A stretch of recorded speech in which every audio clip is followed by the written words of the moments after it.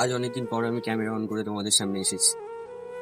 এটা বলতে আমার কষ্ট হচ্ছে যে তোমরা হয়তো অনেকেই আমার ভিডিওর আশায় ছিলে, কি যারা আমার ইউটিউবের পাশাপাশি ইনস্টাগ্রামে তো ফলো করো তারা হয়তো জানবে যে আমার ইনস্টাগ্রামে ভিডিও আসলেও ইউটিউবে ভিডিও আসছে না। কিন্তু কেন, কি কারণে আমি ইউটিউবে ভিডিও দিচ্ছি না? হয়তো অনেকে এটাও মনে করতে পারে যে আমি কি ইউটিউব ছেড়ে দিয়েছি। তো তাদের জন্য বলে রাখি যে না, আমি ইউটিউব ছাড়িনি। আসলে হয়েছে এরম যে আমার আগের কিছু ভিডিওতে কপিরাইট ইস্যু আসার কারণে আমার ভিডিওতে ঠিকভাবে রিচ আসছে না, ভিউ আসছে না, যার জন্য মনিটাইজেশনে হয়তো সমস্যা হতো।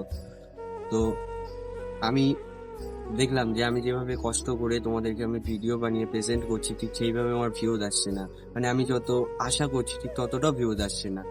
সেই জন্য আমি কিছুদিন ইউটিউবে ভিডিও দেইনি, কিছুদিন বলতে অনেকদিনই আমার ইউটিউবে ভিডিও আসে না, তার জন্য আই এম রিয়েলি সরি।